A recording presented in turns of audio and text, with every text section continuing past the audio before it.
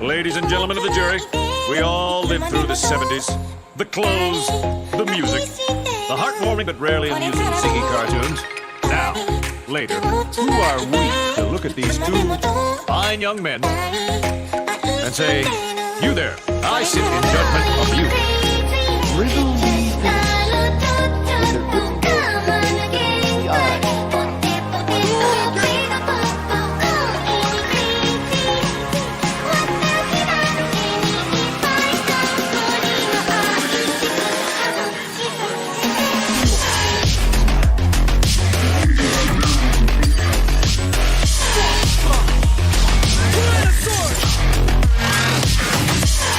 Or the stone pudding or something, I mix up some herbs and I come up with a dandy glass of this bicarbonated fig leaf.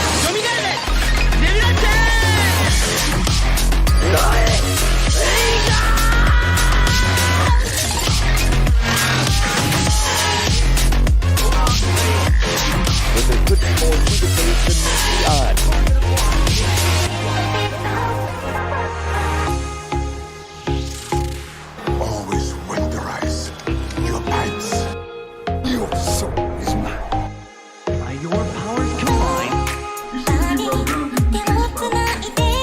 But there could be more to the case than meets the eye. Why so serious? Riddle me this. Haven't had a lot of company in a long time, but if I were expecting some, I'd whip up a really substantial meal. You see how strong I am? I'm eating all this stuff.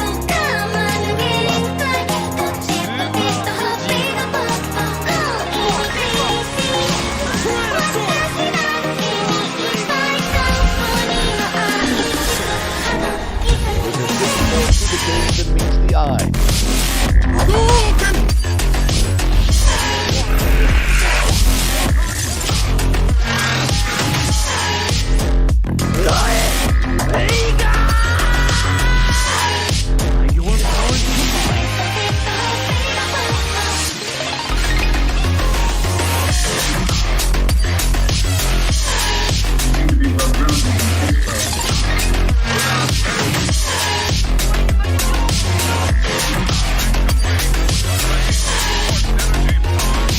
But there could be more to the case than meets the eye.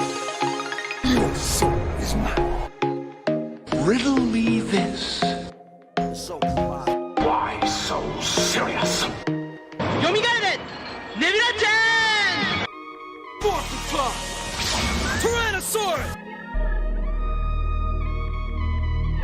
Always winterize your pipes.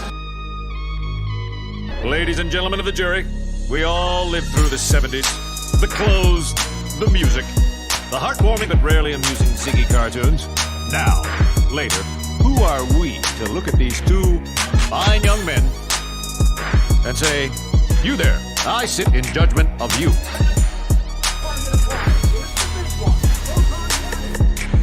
Why so serious?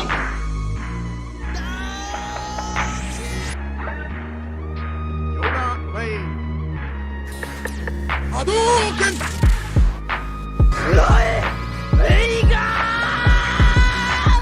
But there could be more to the case than meets the eye. Your soul is mine.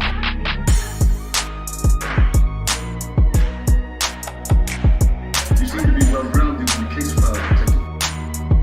By your powers combined, Riddle me this.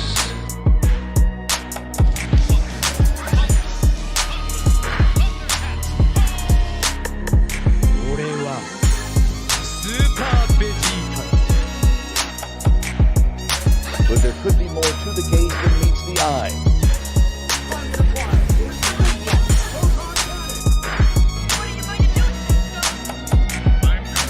stun ray with the force energy power.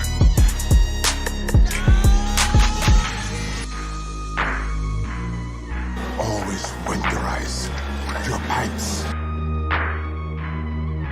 Your soul is mine. by your powers combined,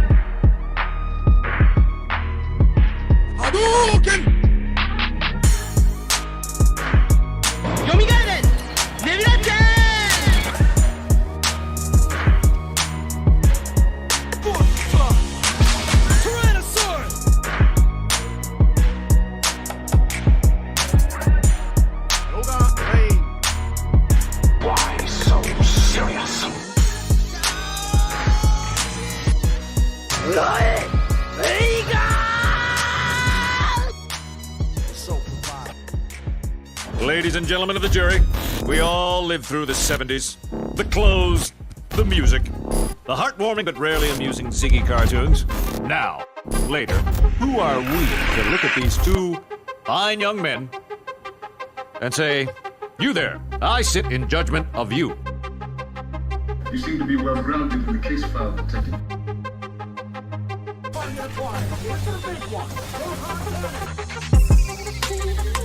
But there could be more to the case than meets the eye.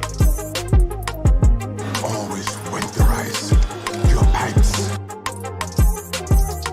Or the stone pudding or something. I mix up some herbs and I come up with a dandy glass of this bicarbonate of fig leaf.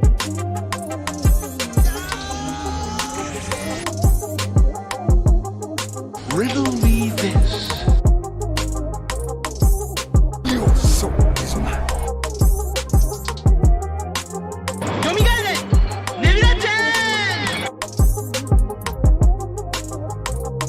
By your powers combined,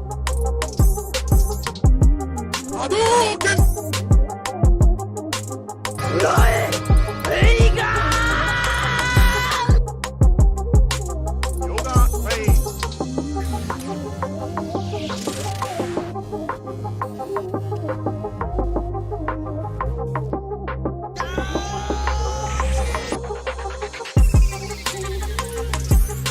Why so serious?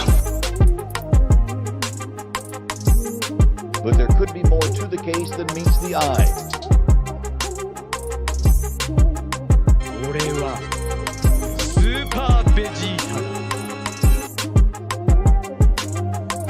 Riddle me this.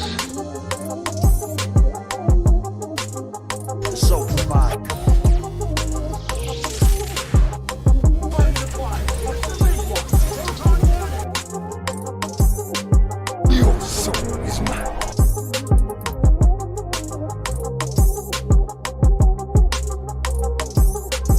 You seem to be well grounded in the case file, Detective.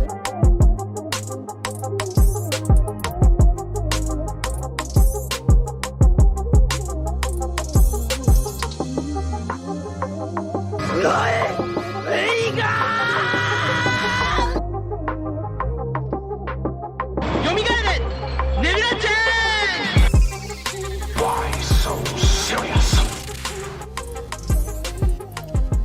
by your powers combined, What are you going to do, Space Ghost? I'm combining the stun ray with the force energy power. Yo, what is up? Otaku Jump Podcast episode 10. Be sure to like the video, subscribe, check out the channel. I'm your host, Soul, on the Nerd Prill. Definitely check out the previous episodes we've had. We are on episode 10. It's crazy because we started like last year and we still got a lot more episodes to go. So are also available on Spotify, Google Podcasts, Stitcher, Anchor. All those other links will be in the description. You can check us out. If you want us to cover something, definitely join the Discord server, the Oasis. We have a lot of watch parties there, voice chats, random meme chats, and all that good stuff. So definitely check out the server. Links in the description, as always. So we're here with my co-host, Eisen. What's up? Yo, Eisen. Yeah, what's good? Hey, let's get ready. We got a lot to cover, and hey, let's have a good show. All right. Omega. Falcon punch. Let's do it. Oh god. All right. Trucks. Yo, what's good, everyone? Let's have a fire episode today. We got some hot new articles to cover. Let's get it. All right. So, a couple polls that we had on Nerd Pill. So, what manga series do you think deserves and needs an anime adaptation? So we had 47 votes. Now, this one, I'm not a manga person, so maybe I could have mentioned some other series, but I definitely have read Vagabond, a few chapters of Vagabond. I think Vagabond's a really dope manga. I mean, that could easily be an anime. I mean, it's just, like your typical samurai type setup. So that got 21%, which, you know, kind of shocked that it didn't get the most votes. But the most votes was the 20th Century Boys with 49%. Real got 6%. My Hero Academia Vigilantes got 23%. And I Am Hero got 0%. So maybe I Am Hero is an obscure series. I don't know. But well, mainly most people wanted the Century Boys to have the anime.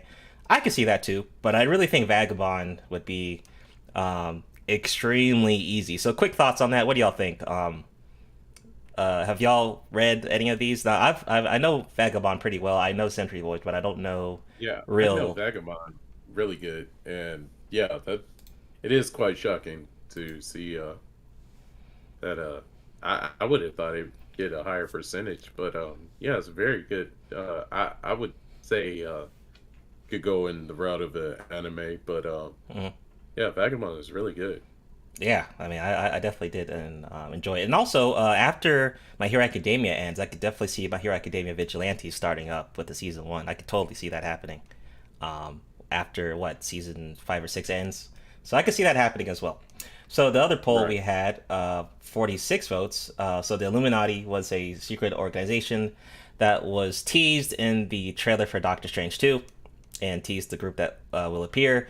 Who do you want to see the most in the movie? So 17% Professor X, Xavier, Black Bolt 7%, Iron Man was a 35%, and Mr. Fantastic was our winning 37%.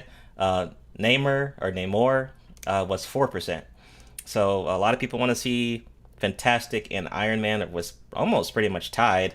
Now with the MCU, you know, you guys already know what happened to Iron Man, so I don't. People have said that we might get a different variant of Iron Man, possibly, so that could be the case. I've heard some rumors about Tom Cruise showing up as a different variant Iron Man. I don't know. Any quick thoughts on that? Oh, my bad. I do like they're going kind of in the direction of that they get a different variant one. But of course, I mean, I always have my little take on what they could do, but I'll share it briefly.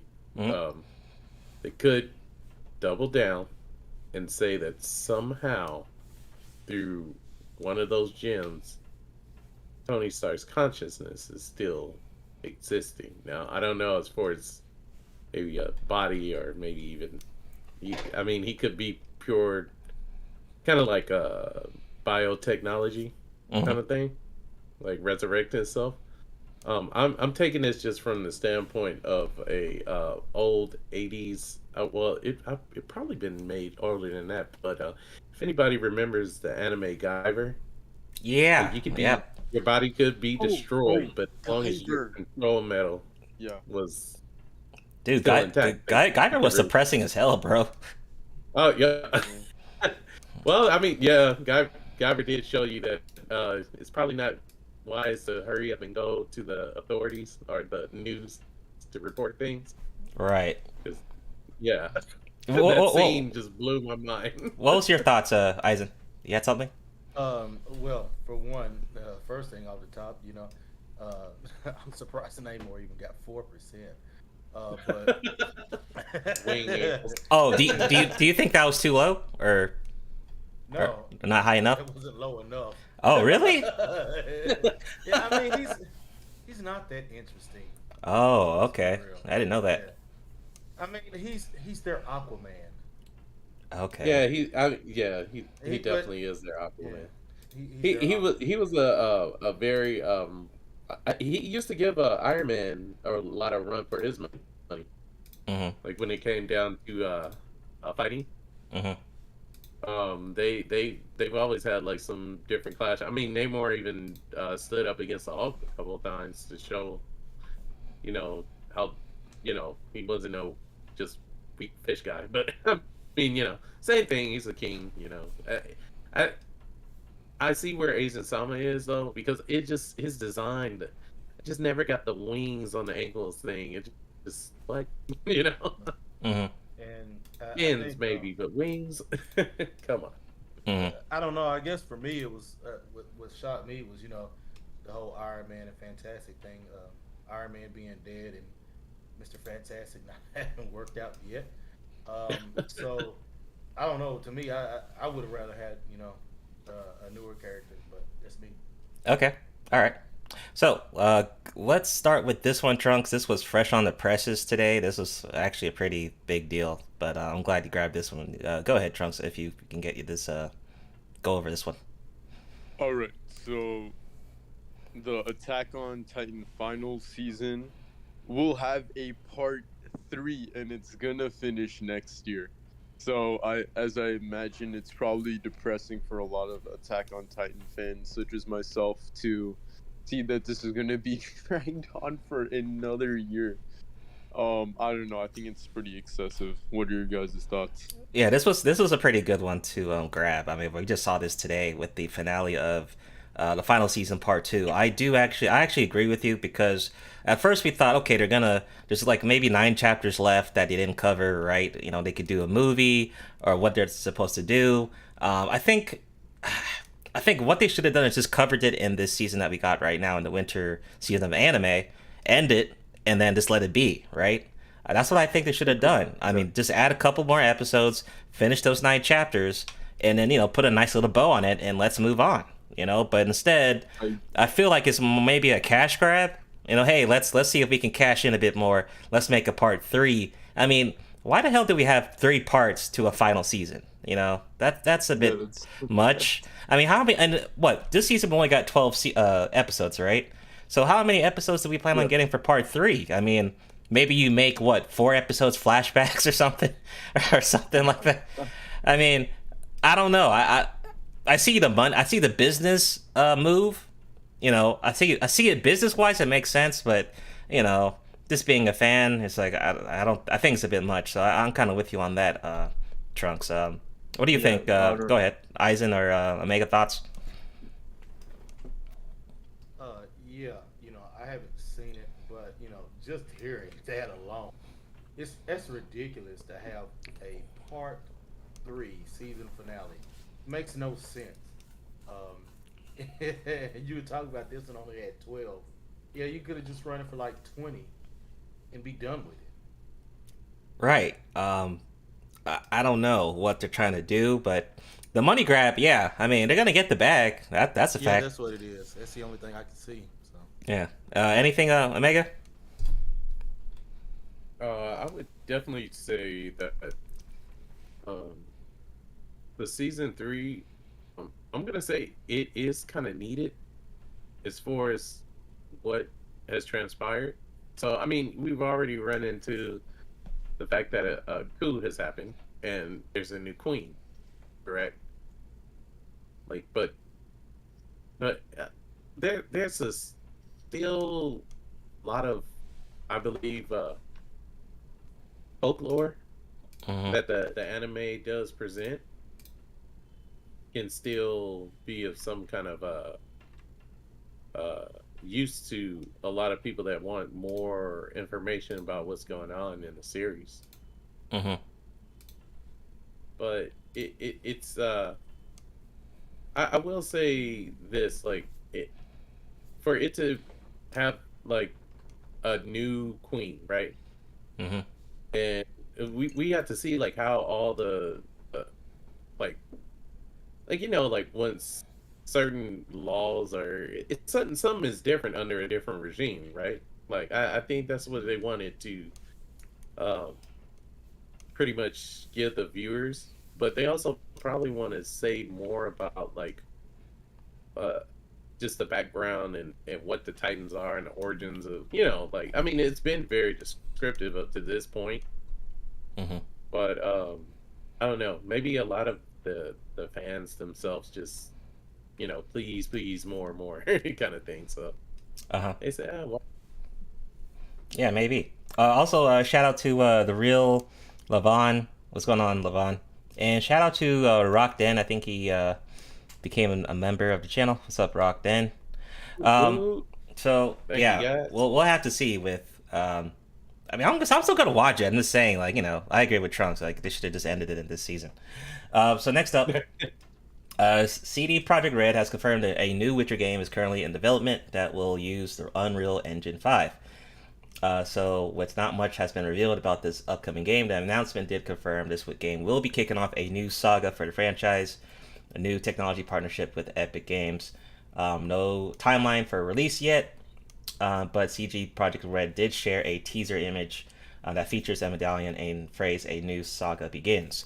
So I have a feeling that this new series of games might follow the basically Geralt's Padawan. Who's the name?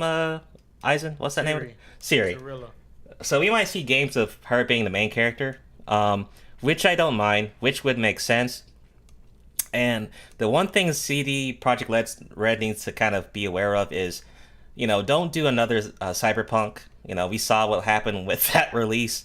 That was a mess. I mean, it's still not even... Is it available on next-gen consoles? Maybe it is. But it was a mess when they first released Cyberpunk. They rushed it. So take your time, CD Projekt Red. Don't take another L, because Witcher 3 was pretty got good reviews across the board. So great. Witcher 4, yeah, and good point there. Still playable on PC, all consoles. Witcher 4, 5, or 6 on next gen and PC, dude, that's gonna be hella sales. So make it good. The fans will definitely buy the product. So can't wait to see what's it about. So we'll just have to wait. And that's my thoughts. Aizen, anything?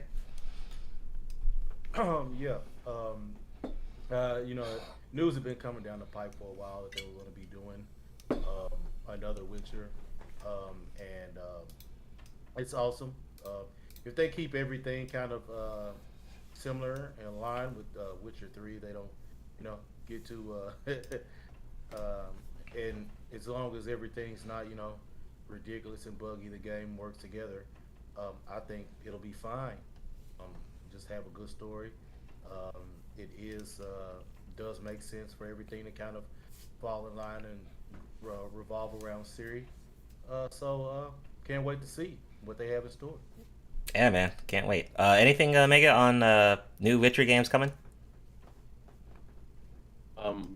I haven't played a Witcher game that I didn't love, so yeah, I say bring it on. Definitely, this is something that a lot of the Witcher fan base will definitely be looking forward to. Definitely, the graphics are getting nice and better, so yeah. I believe, what is this going to be like on PS5 and Xbox, yeah, consoles? I mean, I'm pretty sure it'll be on all consoles. I don't know about Switch, but we'll see with that one. Yeah, I definitely would say this is like a kind of 90%, gung ho thing. So yeah, we'll see. What's going on, Rocky? Rocky says up until that point, CD Projekt couldn't miss. Cyberpunk was decent, but could have been way better. Yeah, agree with you there, man. Cyberpunk was not a bad game. I had a fun time playing that on the PC. I could definitely see myself maybe playing that again if I have no games to play. So, yeah, it wasn't a bad game. I still think people should play it. Definitely enjoyable game there. Go ahead, Omega, with the E3 being canceled. Okay, so in 2020, when everything everywhere was getting canceled because of COVID-19 outbreak, one of the least surprising ones was E3, aka the Electronic Entertainment Expo, an annual event typically held in Los Angeles where video game companies announce whatever new video games they're going to be selling in the near future. Coronavirus aside, the cancellation came as E3 had been going through years of increased irrelevancy, with some of the big companies realizing it was easier and more beneficial to just speak directly to consumers and make big announcements themselves. Now, as everybody already knows, they had the digital where everyone was invited, basically, but I believe it was just so straightforward to games that were considered name titles, and given, of course, their histories, so they really put that on the forefront. But you got to think of the epicness of that. Usually E3s were very closed off to the public, the community. But this thing was like everyone could just come to. So of course, it probably is taking a huge setback to what people expect for these new titles and these new games to come out. But if we just look at some of the trailers that have been coming out for not only video games but actually adaptations to streaming and movies and series, though the experience of just going there is the lackluster of it being canceled, I'm pretty sure a lot of people that are in the gaming industry are still content and probably looking forward, of course, to when they can actually go to an E3.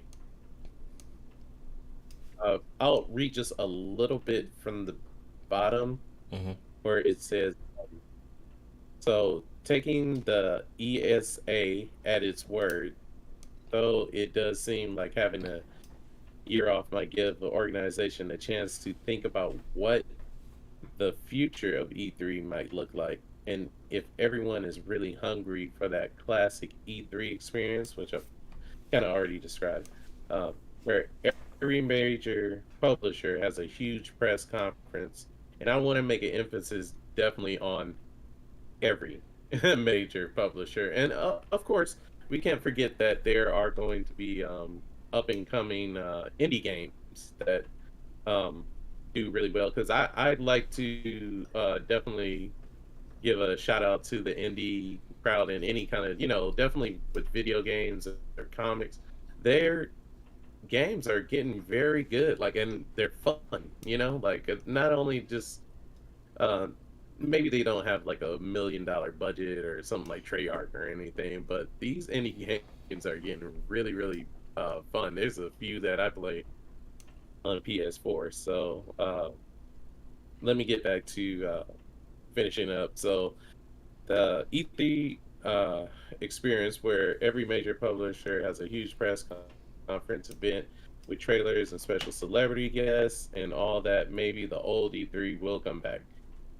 Either way, in a move that is surely nothing but coincidence, Game Awards creator Jeff Hillingly announced today that his Summer Game Fest, a big event where he pulls in all of the gaming industry friends and high-level contacts to make big announcements, will be coming back this summer.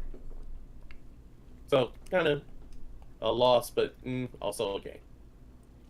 So, real quick, I would probably say that, E3 has taken an L because, for one, companies are releasing their trailers online on social media way faster than usual, and you have like these data miners that are, they'll find out kind of leaks and stuff about different games even before these things get planned, and really it's people like on YouTube that are promoting and kind of reviewing, reacting to different trailers, and so that content's already kind of coming out way before E3 would come out. So it's like when you watch an E3, you used to be surprised and shocked, but now it's like the expectation is really low, especially with things moving to more digital type content. People don't really care about the physical copies that much. That's another thing too. People are just kind of waiting for things to be lower in price. So I don't know, E3, I think E3 was always going to be something that wasn't going to last long, so I'm not really too surprised that it's not like, oh, it's canceled, everyone cares that much that it got canceled. So I mean, there's so many other gaming awards events anyway throughout the year that people can watch. So it's the L is on E3 it's not the gamers. So that's just my quick thoughts. Eisen, anything? Yeah. Yeah, it just goes to kind of show how 2020 really changed how things were done. I think that was the real damper on E3. You were saying that it was probably gonna, ticker out, the coverage of it was gonna trickle out anyways. But that right there just emaciated it, because these gaming companies had to completely change how they did things and how they got information out to get a big draw, so they could get people into buying these games before they were, before they were getting released. So it really hurt. Yeah, it killed E3 pretty much. Trunks, you there? Trunks is muted. Barely. What's up? Any thoughts? Because you're muted. Oh, on GTA, Oh, we haven't covered GTA 6 yet. We're talking about E3 being canceled. oh man, I really zoned out. I have no idea what E3 is. I'm sorry. Okay, no problem.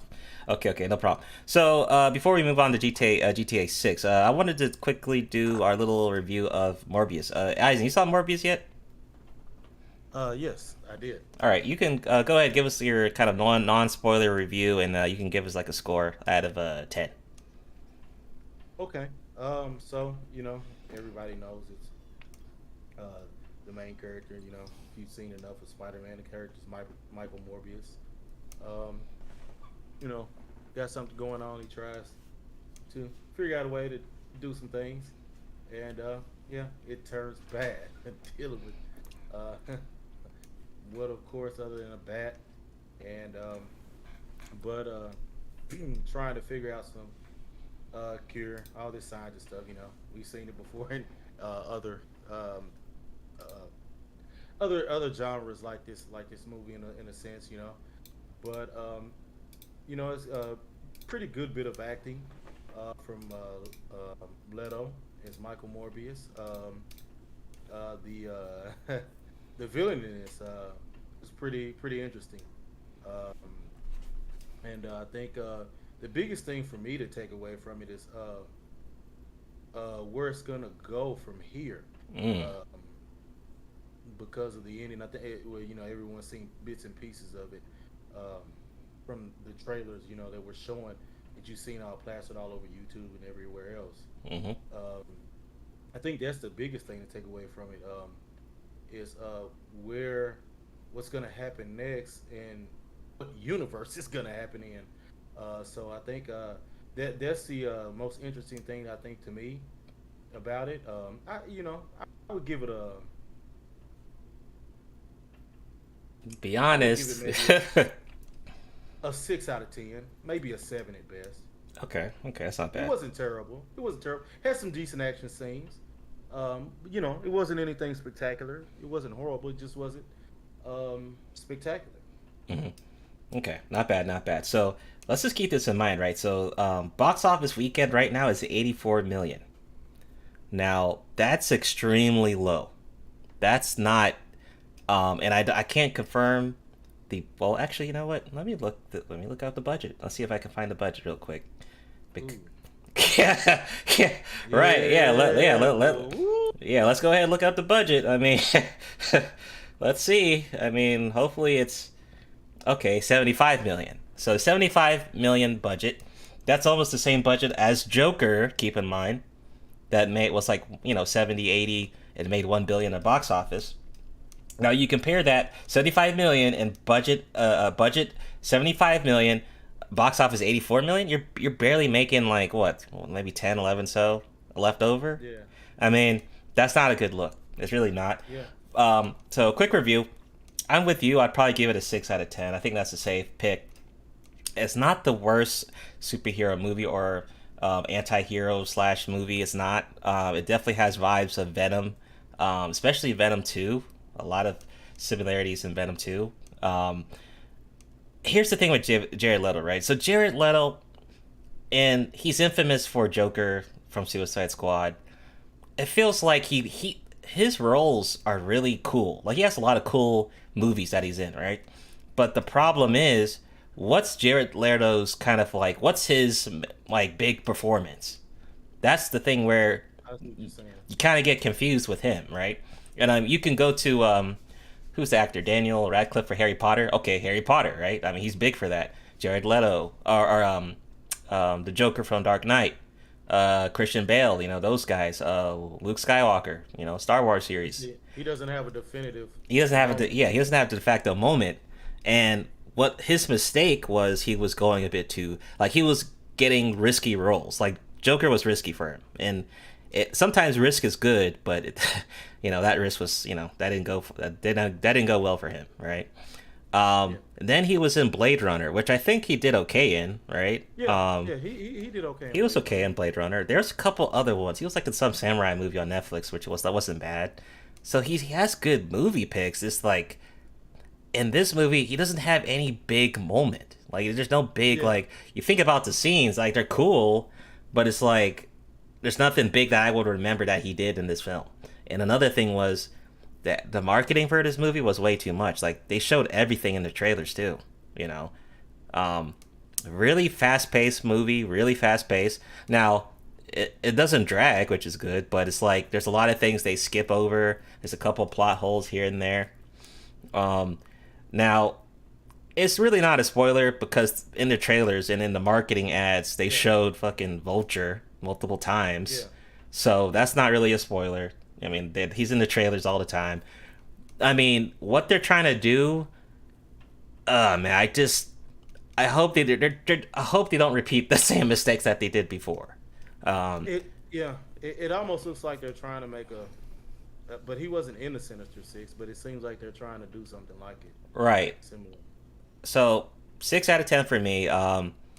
You know, I don't even know, like, and it looks like they're trying to put this into a sequel based on what I saw, and I'm like, I don't know, man. Like, I don't know if the sales are gonna, you know, justify a sequel. I really don't see that. But yeah, 6 out of 10 for me. Go ahead, Omega. What's your quick score and review?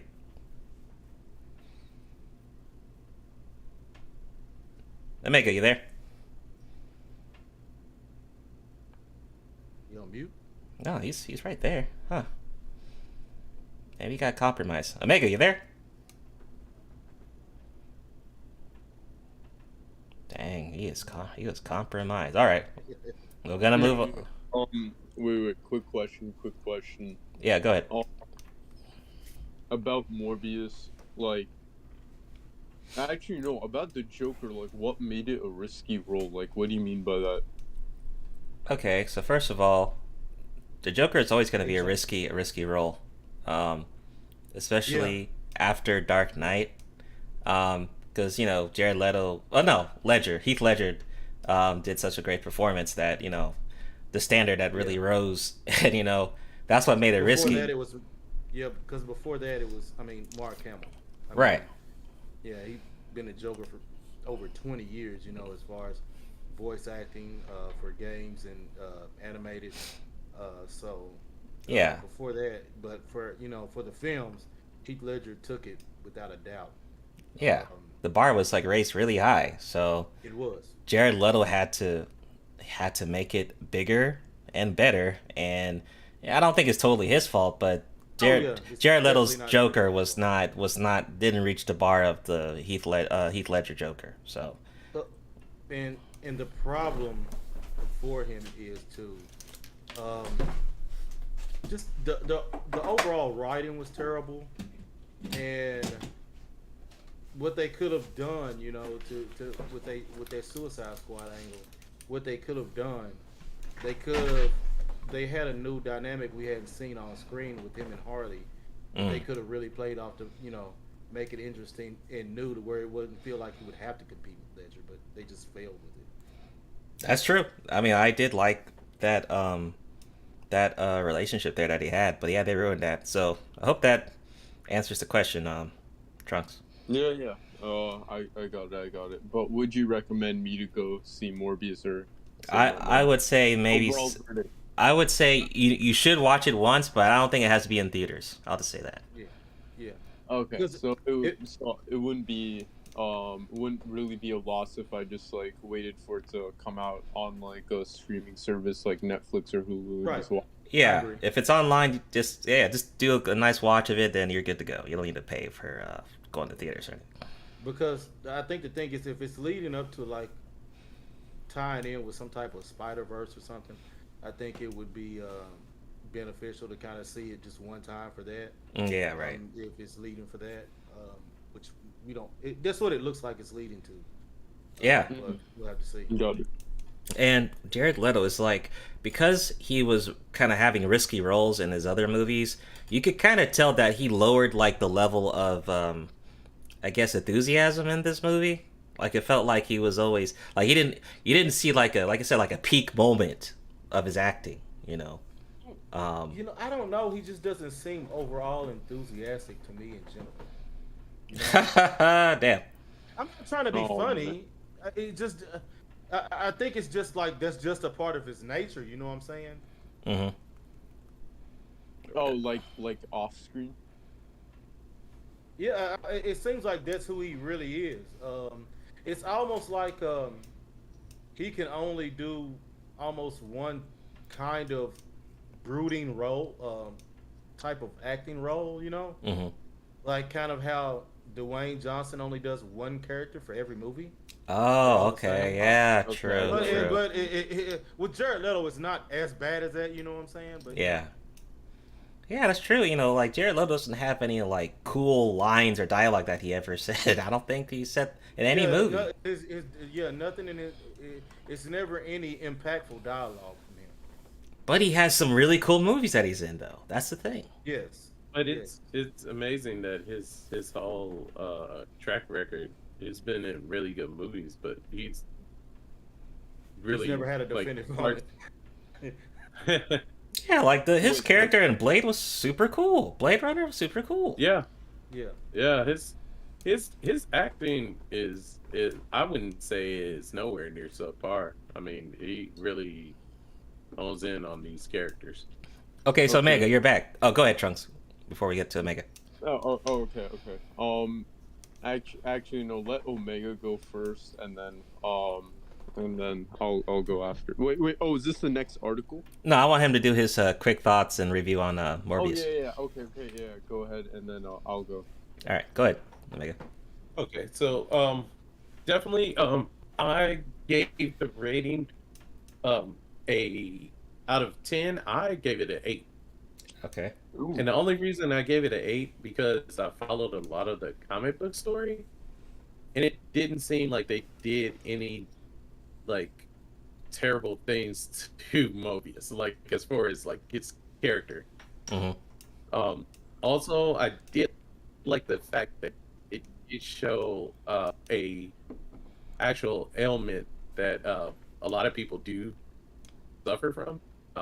You know, and it, you know, having to have the wheel. I won't give too much away, but just the fact that from fixing a device and then going into a practice and fixing yourself, or to fix others in your same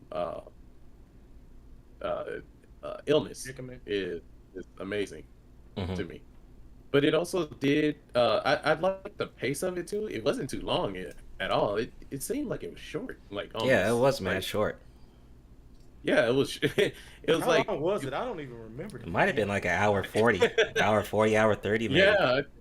Oh, well, But it wasn't too short. But yeah, it was. Did you it go realize fast. from the beginning to going back within youth and then the current, everything seemed like it flowed well. There was no gap in between where I was like, I'm bored. You know what I'm saying? Like, they could have done better with the flashbacks and stuff. I mean, they could have done better with the beginning. Like, you know, we assume they're great friends just because we see 2 scenes. It's not convincing. Yeah, it should have been a little bit more. Like, as far as that. That's another thing. You don't care about the characters at all. You don't. It's like, oh, who's that guy? Oh, who's that dude? Yeah, they jumped past a lot, but on that end, yeah, they did. Yeah. But what I got out of it the most is that it's telling a tale of definitely, do I embrace what I'm becoming? Do I hold on to what little humanity I have?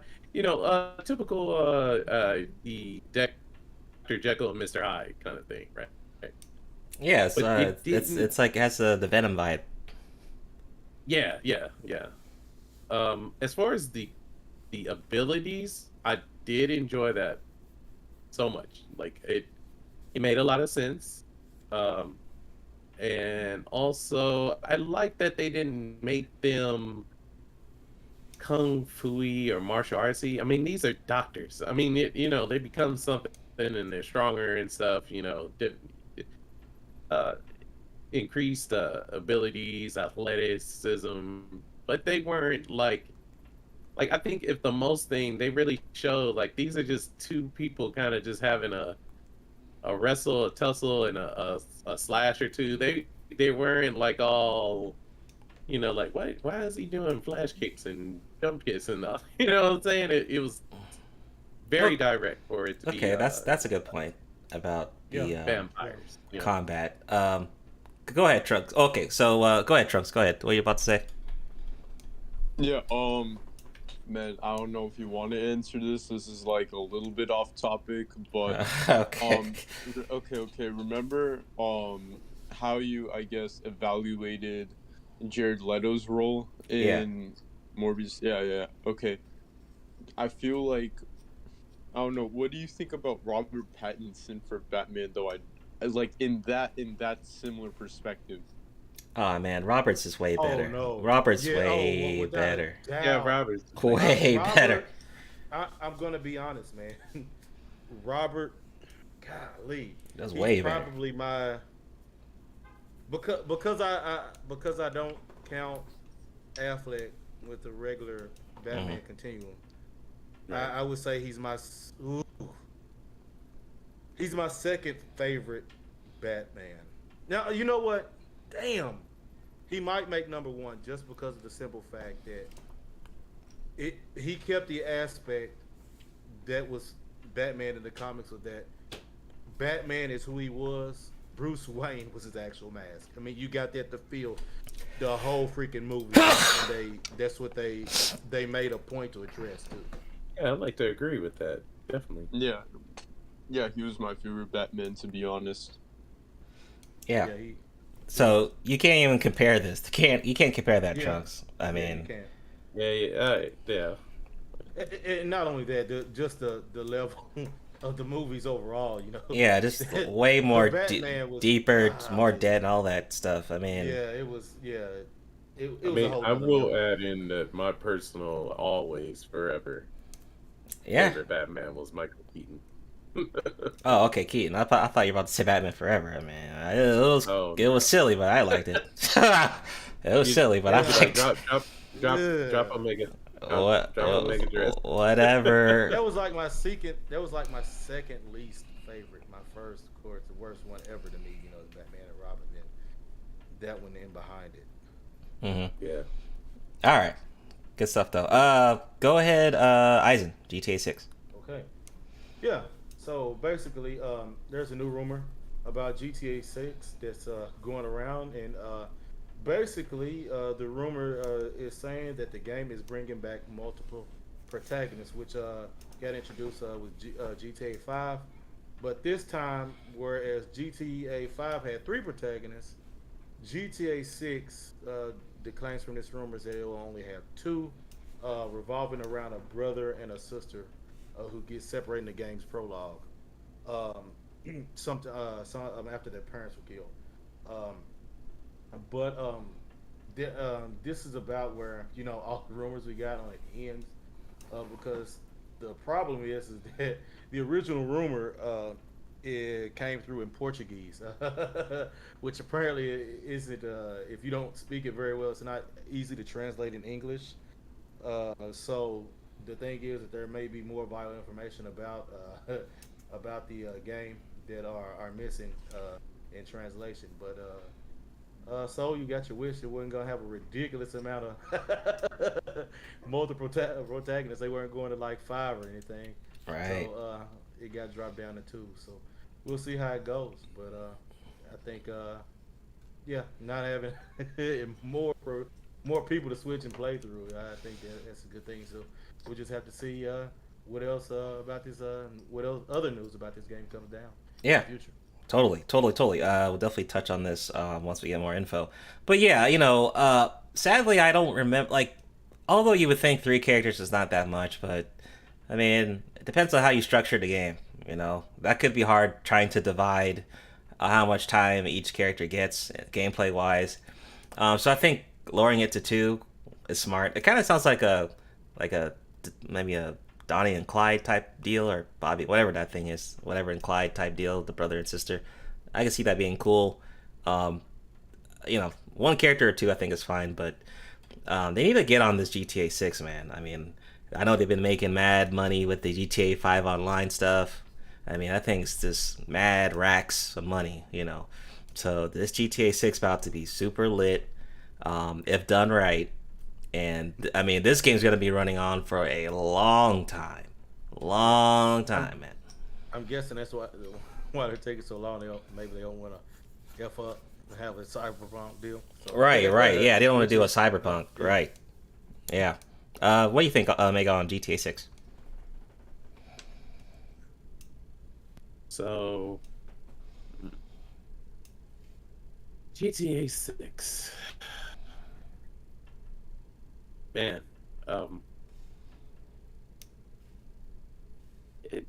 you know, the thing with it is that GTA 5 had 3 protagonists, right? Yep. So, I thought if it was going to be bigger, they probably had more. Instead of they reduced it to 2. But 2 sides of stories could be very interesting. But I think mostly, I'm like, when the hell is it coming out? You know, like, give us something. Artwork, even. Right. A funny, quick commercial. Yeah, well, like I said, the thing is, you have GTA 5 Online. I mean, it's just racking too much money, and then they re-released GTA 5 not too recently. They just re-released that thing, so and people are still buying it. So it's like, and you know, it's fun.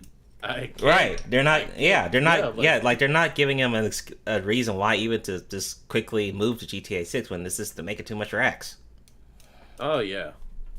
So that's the problem. Okay, what's up? Shout out to Zeno. Zeno says, when you think about each character in GTA 5 had their own part of the heist to prepare for and carry out. Oh, it says when you think about it, each character. Okay, yeah, they did have their own kind of storyline, missions, and how to prepare for it, which was cool. It was definitely cool. Yeah. It really did tie in the move. The everyone coming in together, and their also backgrounds with each other. So. Yeah. So I mean, it was meaningful, you know. Hence why it's so addicting, and people are still playing it, you know. But a brother and sister, if the bonds between actually love and hate come into mind, then it will be something absolutely epic. Because you know you can be put in a situation like, hey, do I save my brother? Do I let him die? Do I save my sister, or I have to take my sister out? Like, you know what I'm saying? Like, you know, basically what I got from that article, you know, that it seems like they're split up pretty early, so it seems like they may end up just coming to blows more so than anything. Like they're going to be on opposite ends, possibly. Like once bonded and then now disconnected could be a situation. Yeah. So Gino says, GTA 5 was declared to be a 10-year game. Okay, yeah. Damn. It came out in 2013. Yeah. We are right on schedule. Yeah, so we are right on schedule. If that's the case, then. It's crazy. Did anyone remember waiting for online when they got the game? Like, that almost seemed like an epic event in itself. I didn't do online. I didn't do it. I don't... You didn't do online? Nah, GTA has too much story. I mean, it has so much story. Yeah. Man, I got man, I'm gonna be honest, man. I got tired. Like, I was getting calls from like friends, like we're all like, okay, is it on yet? Like, okay, we're in here, but nothing. Like, you know, they still hadn't finished it, but you know, the day of them actually saying, okay, now it'll be online. Like, there was, I always felt like they anticipated the timing when they said it, but they just was like, let's let it go a little longer.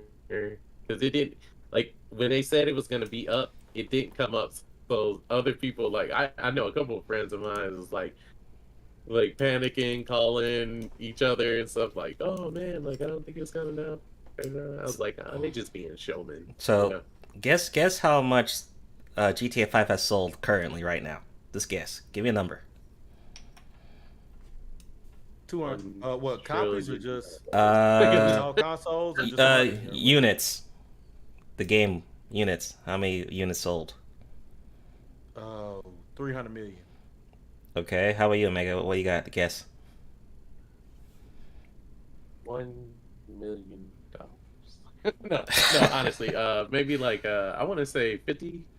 Okay, so y'all are kind of in the middle. It was 160 million units sold as of like February. So you can imagine all the DLC, all the subscriptions, all that stuff. Imagine the money. I mean, crazy. Yeah, I mean, I didn't even know what to think about loads units. I'm like, what, like, what the hell is units? Right. That's just the game itself. I mean. Okay. Units means the game itself. Okay. Yeah. I was like, what the? So, crazy, man. Just when the Dr. Evil thing so money. $1 million. Yeah, money-wise. Yeah, money-wise. God, they probably made closer to $1 billion. Let me see. Let me just look at the revenue. And gotta be. Women in dough. Let me see. Gotta be. No, let me look up revenue. Let me see. GTA 5 Let's just say revenue. The president doesn't have to work anymore at GTA. I mean, so they said that since 2013, GTA 5 has generated $6 billion. Yeah, I knew it had. Yeah, I knew it had to be somewhere up there like that. Yeah, God, I knew it. Yeah, right. I mean. So imagine GTA 6 right now and apply for Rockstar. All right, man. Right. But all right, moving on to the next one. Yeah. So the sequel to Legend of Zelda: Breath of the Wild has been delayed to spring 2023. We got a tiny piece of new footage in return with a trailer. It says series producer Eiji Numa announced and apologized for a delay in a video, saying in order to make this game experience something special, the entire development team is continuing to work on this game to please wait a while longer, and no specific reason was given. So game got delayed. I think it was supposed to come out like winter fall season of this year on the Nintendo Switch, but that will not happen until next year.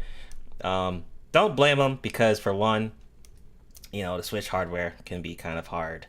But this is a Nintendo game, so, I mean, that's really no excuse there.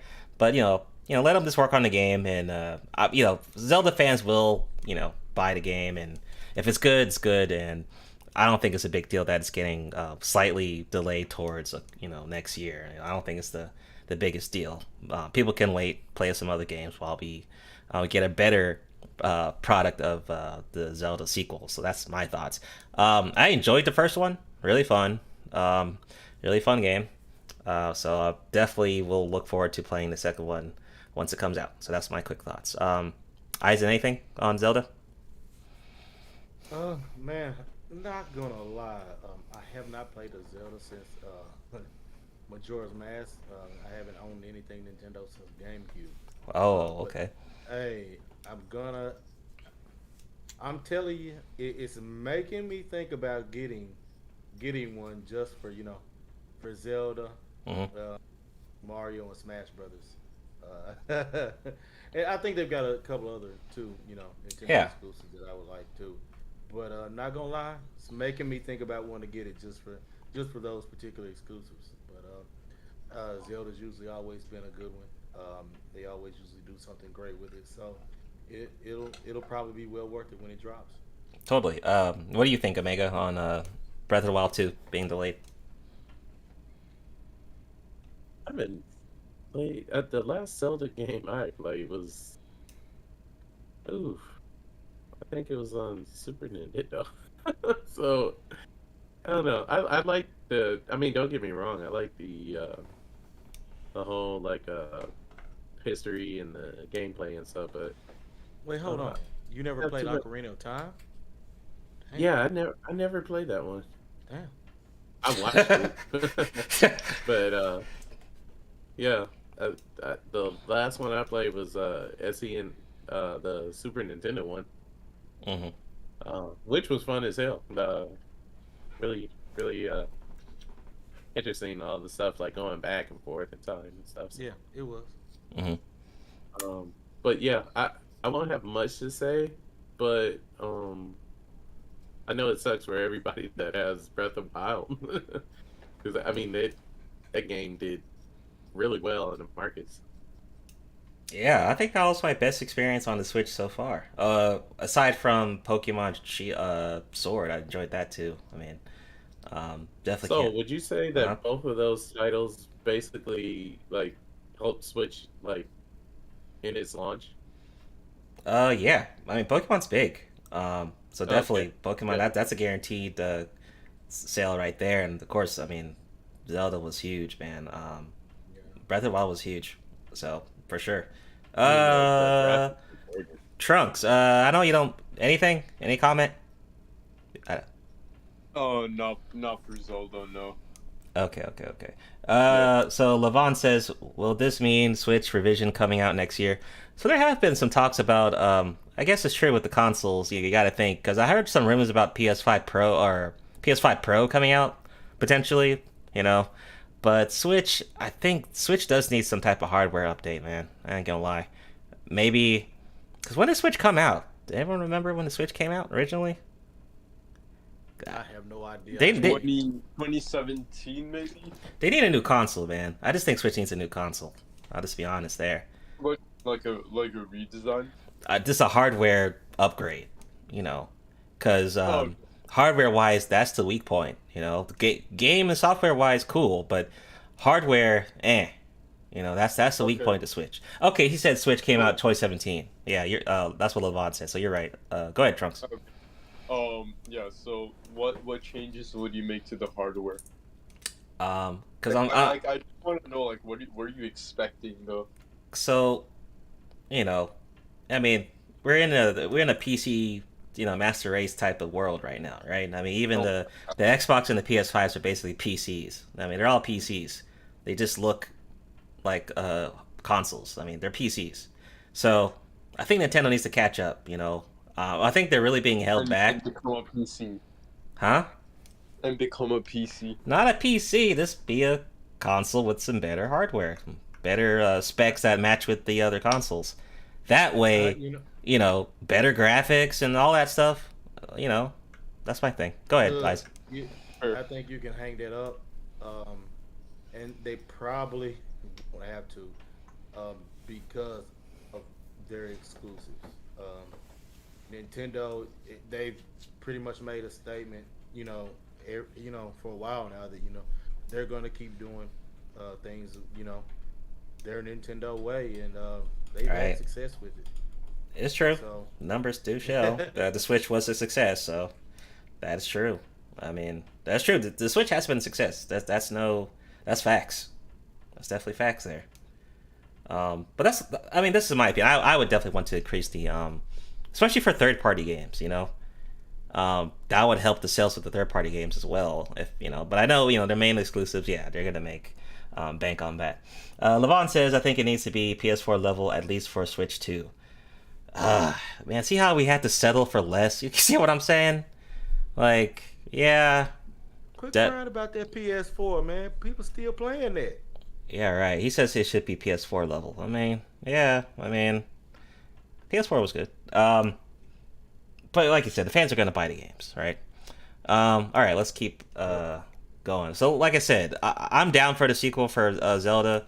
I know it's gonna be dope, so I'm not worried about Zelda one bit, really. So let me give a quick shout out, man. I gotta give a quick shout out to Elden Ring, man. I know we already talked about that game, but dude, I got that game on PC. Man, that thing is addictive. Once you get some nice mods, man, that game's so addictive. I played that game so much, man. Shout out to Elden Ring, man. But go ahead, Trunks. We got this one about the Jujutsu Kaisen one. Go ahead. All right. Wait, can you hear me? Yeah, you're good. Oh, okay. All right. So here we have. I haven't really looked into it yet, but I just saw it and I thought it was interesting since I started watching Jujutsu Kaisen. I'm on like episode, I think like 12 or 13 or something like that. And I've always wondered why Gojo has on a blindfold or some type of eyewear on. And this article just proceeds to explain that. Okay, you know what? I don't even know that, but you know, I thought this was rapid fire. no, it's okay. If I was a manga person, I would have known. You know, if I was reading Jujutsu Kaisen, yeah, it would have been easy for me to find out. But I have no idea.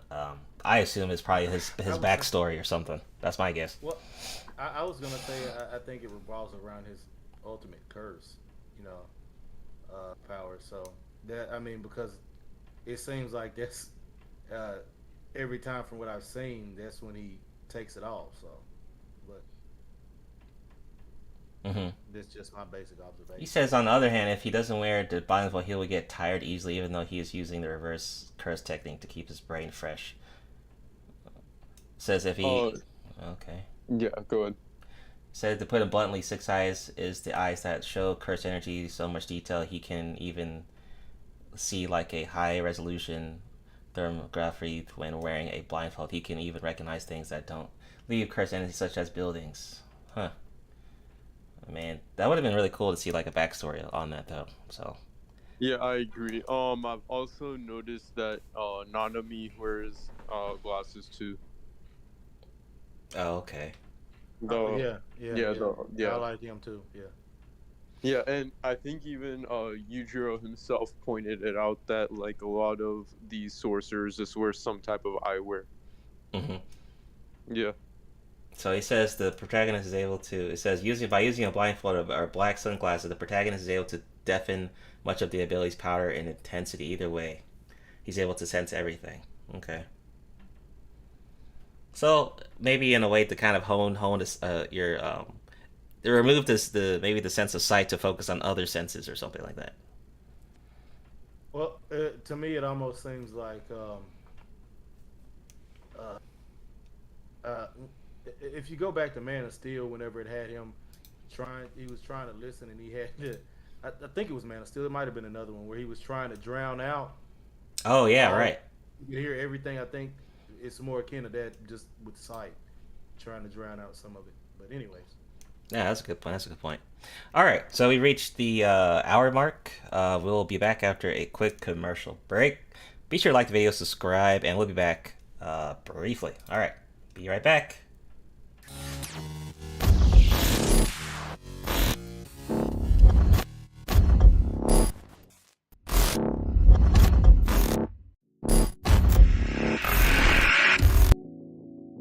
Ladies and gentlemen of the jury, we all lived through the 70s. The clothes, the music, the heartwarming but rarely amusing Ziggy cartoons. Now, later, who are we to look at these two fine young men and say, "You there, I sit in judgment of you"? Riddle me this. But there could be more to the case than meets the eye. Hadouken! What are you going to do, Space Ghost? I'm combining the stun ray with the force energy power. Your soul is mine. You seem to be well-grounded in the case file, Detective.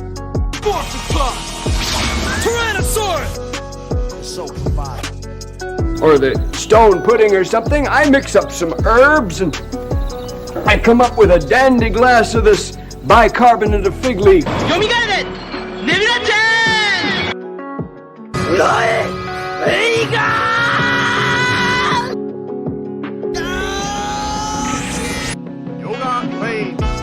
But there could be more to the case than meets the eye.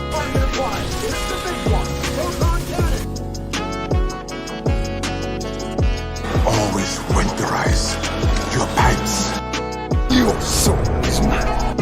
By your powers combined.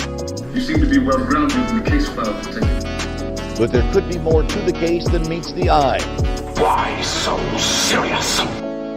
Riddle me this. Haven't had a lot of company in a long time, but if I were expecting some, I'd whip up a really substantial meal. You see how strong I am? From eating all of this stuff. 俺はーベジータだ。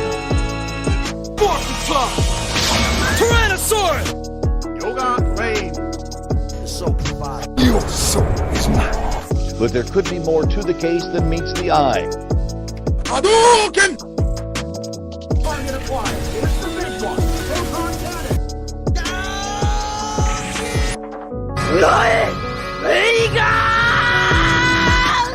By your powers combined,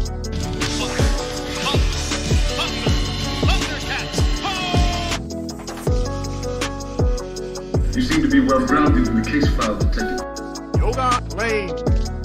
What are you going to do, Space Ghost? I'm combining the stun ray with the force energy power. But there could be more to the case than meets the eye. Your soul is mine. Riddle me this. Why so serious?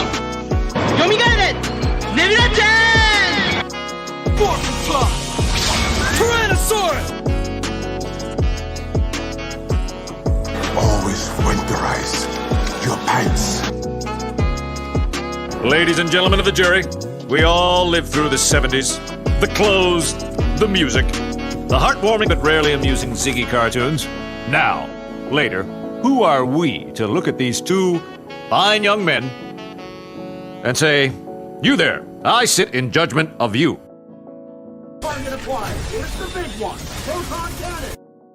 Why so serious?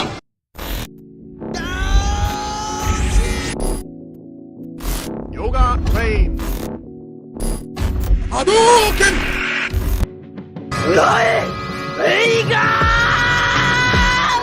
But there could be more to the case than meets the eye. Your soul is mine.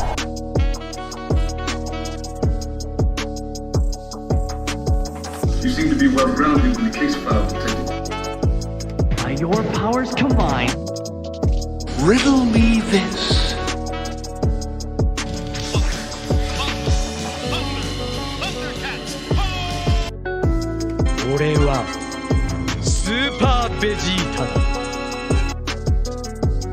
But there could be more to the case than meets the eye. What are you going to do, Space Ghost? I'm combining the stun ray with the force energy power.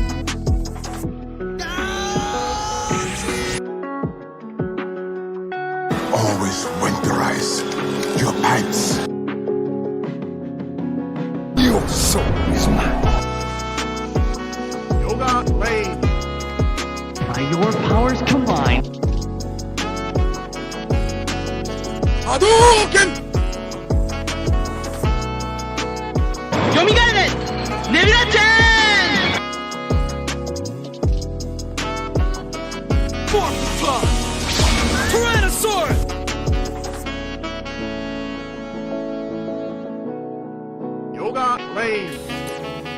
Why so serious?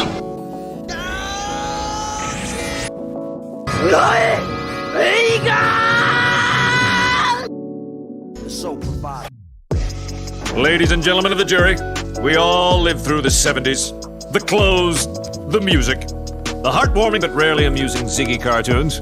Now, later, who are we to look at these two fine young men and say, "You there, I sit in judgment of you"? You seem to be well-grounded in the case file, Detective.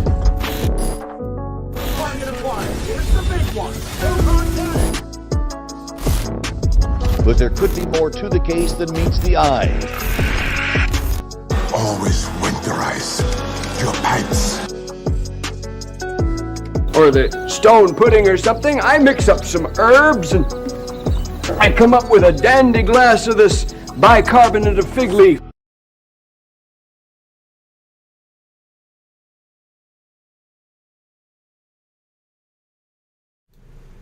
Alrighty, we are back on Otaku Jump Podcast episode 10. Be sure to like the video, subscribe, and check out the other episodes on the playlist. They are available. Links are in the description. We're all available also on Spotify, Google Podcasts, Stitcher, and Anchor. You can check that out. Don't forget, we can also join the Discord server, the Oasis, where we do a lot of other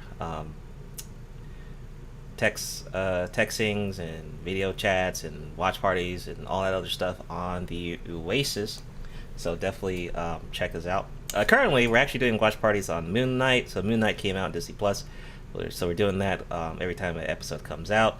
Sometimes we do movies, like when things come out on different streaming services that I have available. So definitely join the Discord. What's going on, Jay Wolf? What's going on? So another big thing that happened recently.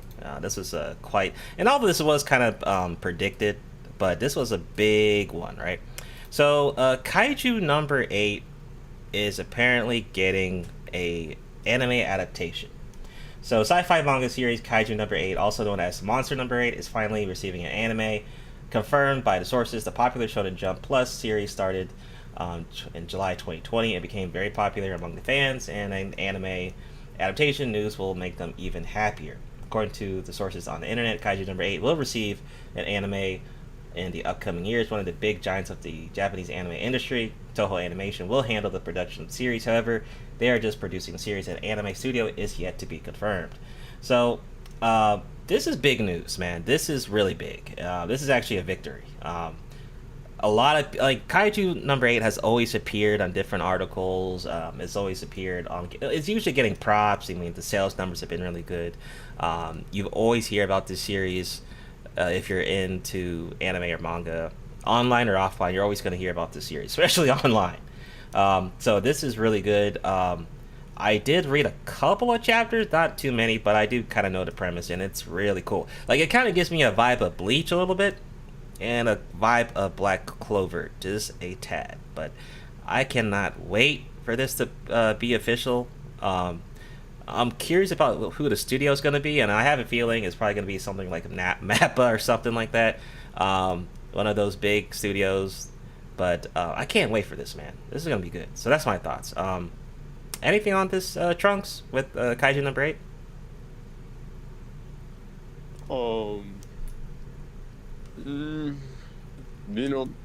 I'll check it out, but I don't know. Didn't really catch my attention, to be honest. Oh, okay. Yeah. Based on what I read, it had a cool premise. All right. Omega, anything? Yeah, based on what I've been reading about Kaiju number 8, it's going to be kick-ass. So, yeah, I definitely see myself checking that out from what I've already read. So, it's gonna be dope. Mm-hmm. Okay. Anything, Eisen? Anything? Eisen, you there? Okay, maybe he had to step away. My bad. No, my bad. I forgot to unmute on this. Oh, you're cool. Yeah, this is my first time really hearing about it, so I have to look into it and check it out. Okay. Cool. I cannot wait. Oh man, I can't wait. Whenever this comes out, yeah, definitely gonna be doing it on the channel. Can't wait for that one. So next up, you can go ahead, Eisen, for the Mandalorian article. So there you go. All right. So basically, they had a study of Disney Plus streaming numbers. This is done by the Hollywood Reporter, and so they wanted to check out, I guess, all the Disney Plus shows that they had viewing on Disney Plus, and basically they said on launch day, November 12th, 2019, Disney Plus is only available in North America and Netherlands. Later opened in Australia, New Zealand, Puerto Rico. So when the Mandalorian started its streaming on the platform, basically by the end of its 7-week run in their first season, Disney Plus had 26.5 million subscribers, and the show amassed like 5.42 billion minutes of viewing time. And the week the finale aired, the show collected another 1.1 1.115 billion minutes watched. So basically, what it's alluding to is that this became the #1 viewing show of everything that they've watched on there, that they've had on. As far as the shows on Disney Plus, when you scroll down to the chart, it's beating everything out. Oh, okay, nice. I got a chart. Like, long shot. I mean, it's killing. It's killing everything in viewing minutes. Next to Wanda. Total minutes. Versus minutes. So total minutes, it is killing everything. For that, I think that it's basically people rewatching episodes, and then just overall, from Loki and everything else is killing them. So basically, the Mandalorian, it seems like it's keeping Disney Plus. It's keeping them. They're getting. It's keeping them afloat. That's what, because all these other shows you really don't hear much of anything great or spectacular about them. But those first 2 seasons of Mandalorian, they were really good. It seems to be keeping them afloat. I will say that I do think Bad Batch is worth giving a look into. I got to see a couple episodes of it. It wasn't too bad. But it looks like if they want to make money, let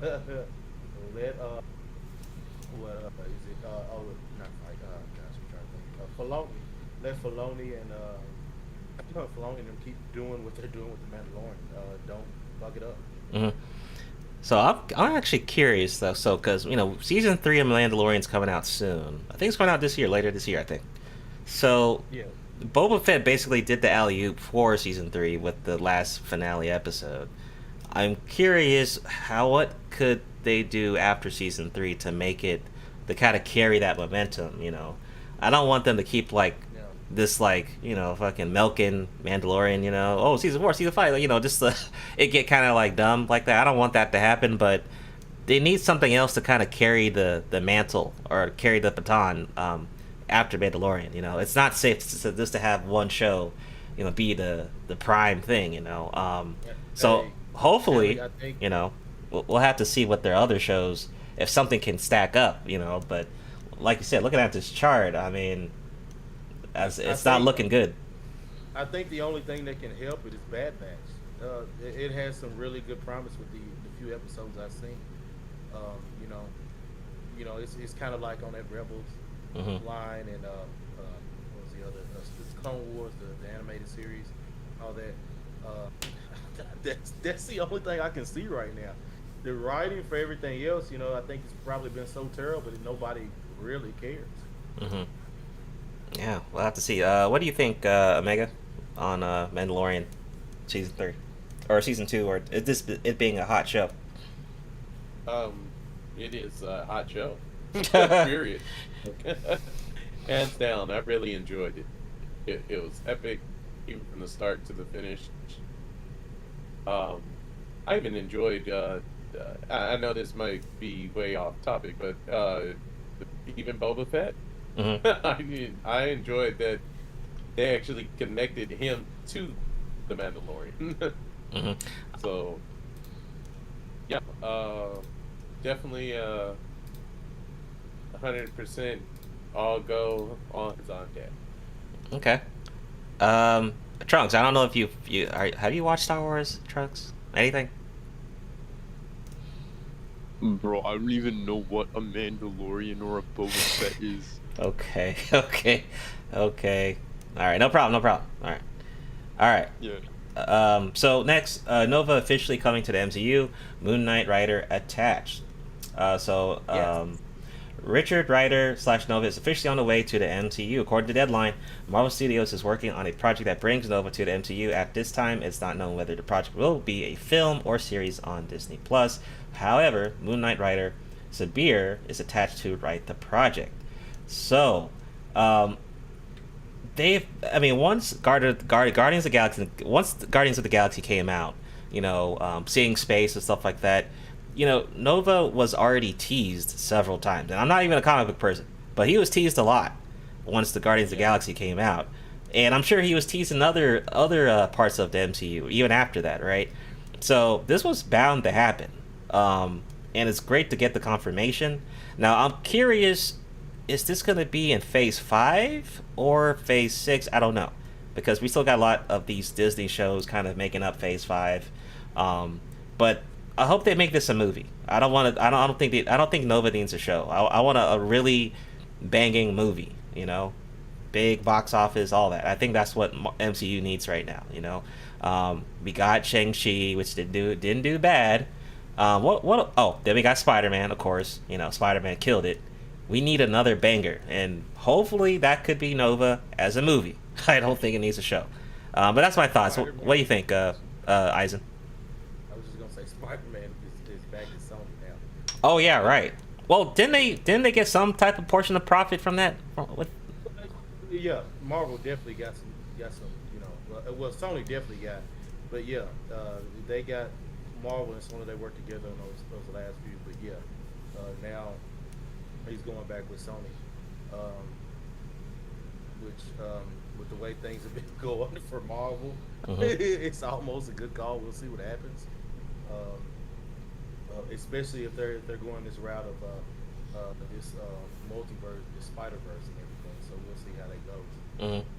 But not only was Nova teased, but Adam Warlock was teased and they didn't do it. Ah, true. Instead, we got right. Anyways, I can't, I can't remember what his power base was. I've read up on it before briefly a little bit, but I think he is supposed to be pretty powerful. I know Becca can tell us about it later, but I do think a new, exciting character is exactly what they need. With the very credible villain to face off against, and I would agree, a movie is what's needed because, from what y'all been telling me, man, these shows on Disney Plus have been ass. So definitely say a movie. Yeah, totally, man. Totally. What do you think, Omega, on this? Just man, I'm having a surge of nerdism. Yeah, definitely. I've always been a big fan of Nova and Richard Rider. So I thought I'd throw in his regular human name, but it's gonna be, well. This is what I believe might happen. They might have one hell of a dope movie. And I mean, this Nova is on the level that surpasses even Captain Marvel. But also the fact that if you go into any of his background, this guy has survived a lot of death throughout the cosmos, stuff that normally people would be like, yeah, you're not coming back from that. He survived. And just the word Nova itself.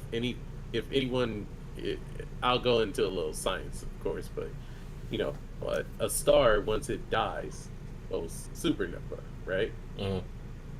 This is the impact of what he's basically hitting you with consistently, and not losing any kind of that. It's like he doesn't get tired from his abilities and stuff. So and the uniqueness of being the only of the Nova, because Nova is like a corpse, it's like a say for instance what the Green Lanterns are.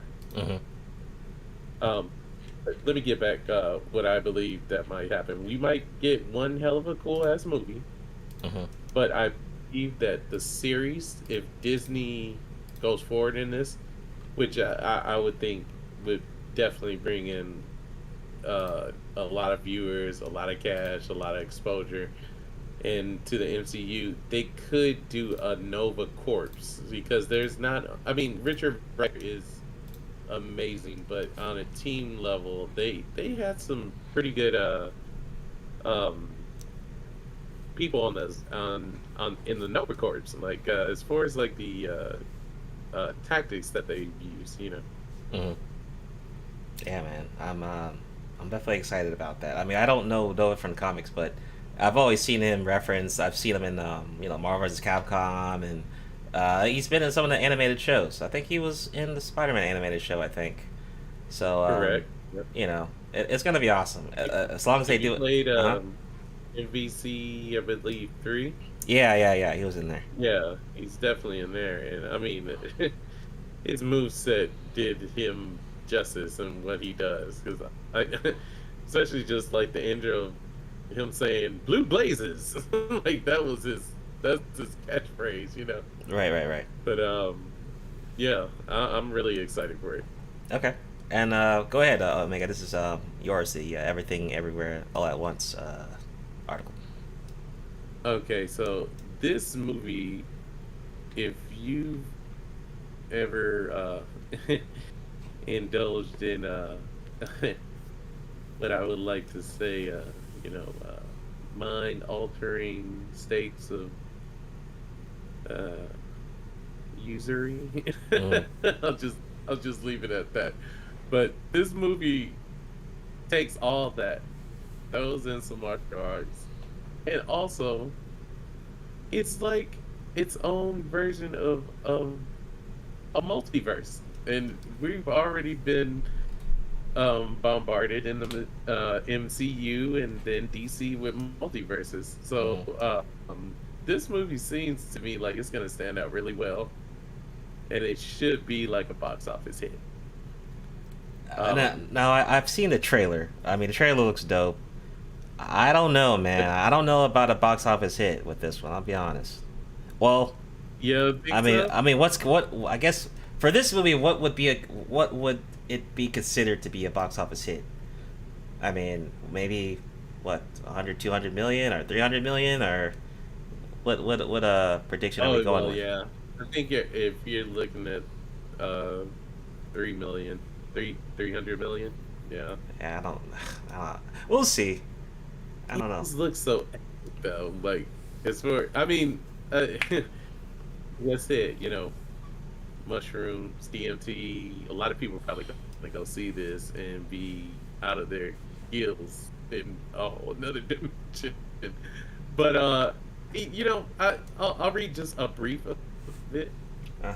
So let's see. So right here. So you're not going to find film from aptly titled Everything Everywhere All at Once. This madcap maximalist opus from the writer-directors Daniel Kwan and Daniel Scheinert, I'm butchering that, who are sometimes credited as Daniels, is an exhilarating, exhausting experience, frantic, philosophical, and seriously silly. It's entirely too much of a movie about how the world can feel like too much, especially these days. This sci-fi martial arts adventure spans alternate universes all the way back to the dawn of man, yet somehow also remains grounded in the day-to-day doldrums of laundry and taxes. The film is so manic and overstuffed. I had to see it a second time before I felt like I had my head wrapped around all the way around it. I'm already looking forward to going back to thirds. So, just from this small paragraph, I think it's really going to show that this movie, though it is just all over the place, or maybe just like you said, kind of manic. We got that kind of sensation itself with the Matrix. Okay. Am I right? Like we kind of, like when you went back and watched the Matrix again, didn't you find something else out and different? And that you know, so that's why I think it might be a box office smash. Okay. Okay. Or it'll engross so much because people will be like, I need to watch this again. What do you think, Eisen? I don't know. What are you predicting for this movie? I mean, when it comes to performance, what do you think about the movie? Says it's a sci-fi martial arts adventure for the current times, but I see old people and one young chick. Ha. I mean, well, the lady is like the main character though, and she has like different That variants lady and is stuff. Which one is? Which one Cool is? though. The Young girl is? no, the old one. The old. Oh the, no, the older Michelle lady. Yeoh? Yeah. Yeah. That's my point exactly. Don't get me wrong. Don't get me wrong. Michelle Yeoh is a staple. in Oh martial yeah. arts, but you can't have it. You can't say that about it. That it's it's a martial arts for the current time with old people. Right. It'll probably do okay, considering I think a lot of martial art movies fanatics will probably look, but I don't know. We'll see how it goes. Okay. Go ahead, Eisen. You got the X-Men one. Oh, okay. Basically, what we have here is X-Men #1, Immortal X-Men #1. It's another new era of X-Men comics, and it basically is to feature the Quiet Council, Krakoa's ruling body, Professor X, Magneto, Destiny, Emma Frost, Sebastian Shaw, Kate Pryde, Nightcrawler, Storm Colossus, Exodus, Mr. Sinister, and Mystique. And basically, Destiny is the group's newest member. And also, Magneto will be stepping down in surprise in the first issue. But that's not the biggest reveal. Which the other thing that you should think also, with Mr. Sinister being a part there, that yes, he's back to doing some devious stuff. So basically, what's going on is that he's basically back to doing some. He's basically you find out that Mora has some powers, and well, you found out that she has some, and it's been spoiled long ago. But basically, he has clones of her, and basically she can her rebirth and death can affect the timeline. So basically, he's got these clones, and he wants to find out about the timeline to be able to alter it to his own liking. So we're going to see what happens there, and then also who's going to end up. And not only that, I forgot. Because of Magneto stepping down, you basically have two who were left to campaign to take his spot, which are Hope Summers and Selene, and then Hope ends up getting it, and Selene, who's already immortal, she gets pissed off about all of this shit. So we're gonna see how everything kind of spirals out of control from there. Okay. So could possibly be a good decent little comic series here, depending on how they run it. Okay. What do you think, Omega? You're another comic book guy. What's your thoughts on that one? Yeah.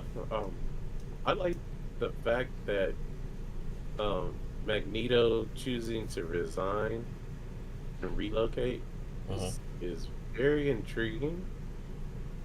But also, like, Hope Summers and Selene, like, their campaigns are like schisms in a sense, So I believe this is gonna be a great read. Okay, we'll see. Oh, so we are about to start rapid fire. We're gonna go through these really quickly. Rapid fire. So Trunks, you got the One Piece logo. Go ahead, give us your your thoughts on that. Yeah. So here I just saw this and I just thought like, oh, logo redesign, let's check it out.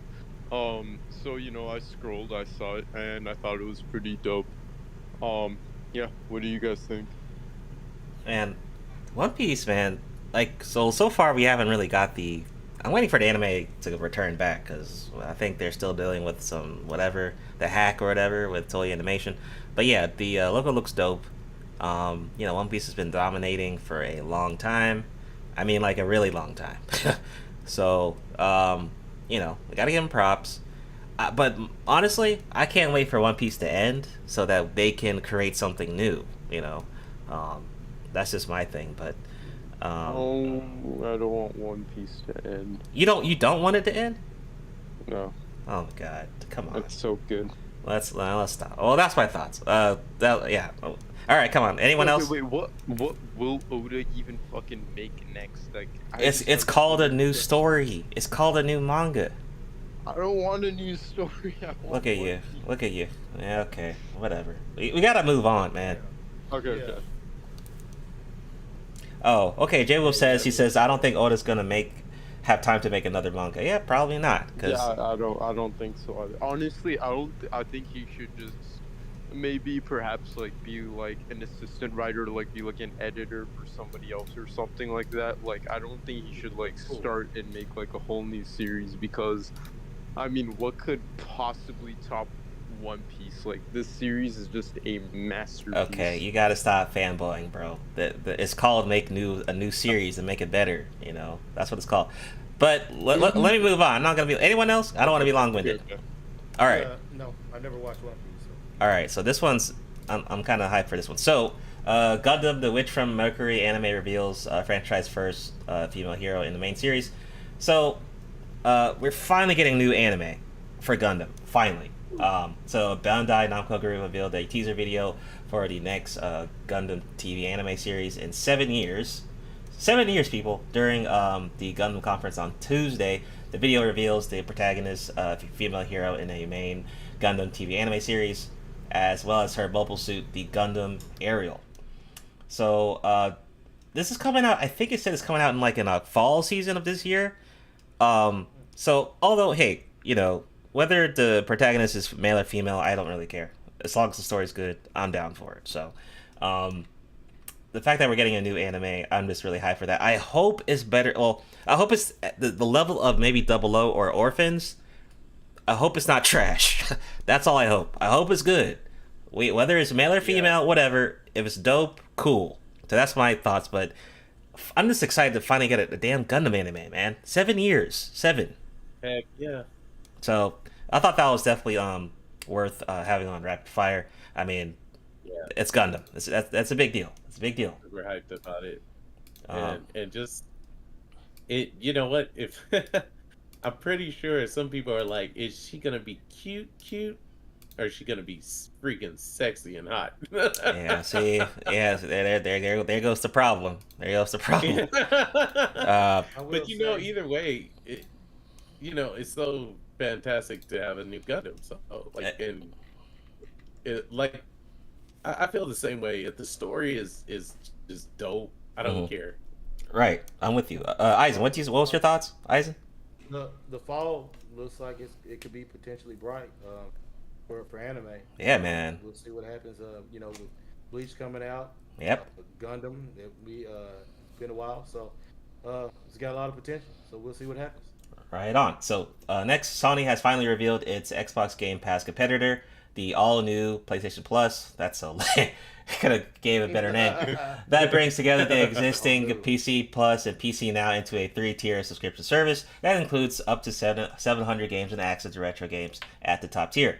It will open for some markets in June and roll out worldwide after that. So after months of reports, even longer being speculated about, they finally revealed the new service today, and it consists of 3 different tiers. So the tiers is the PlayStation Plus Essential. It's the same service that currently exists with no changes to current pricing. PlayStation Plus Extra Extra tier includes all essential benefits, adds a catalog of around 400 PS4 games and PS5. It can be downloaded at any time while you're a member, and also includes first-party and third-party games, but no new exclusives will launch into this service. In the US, it will cost $14.99 a month, well, basically $40 quarterly or $100 every year, and they have the UK prices over there as well. We got the PlayStation Plus Premium Edition.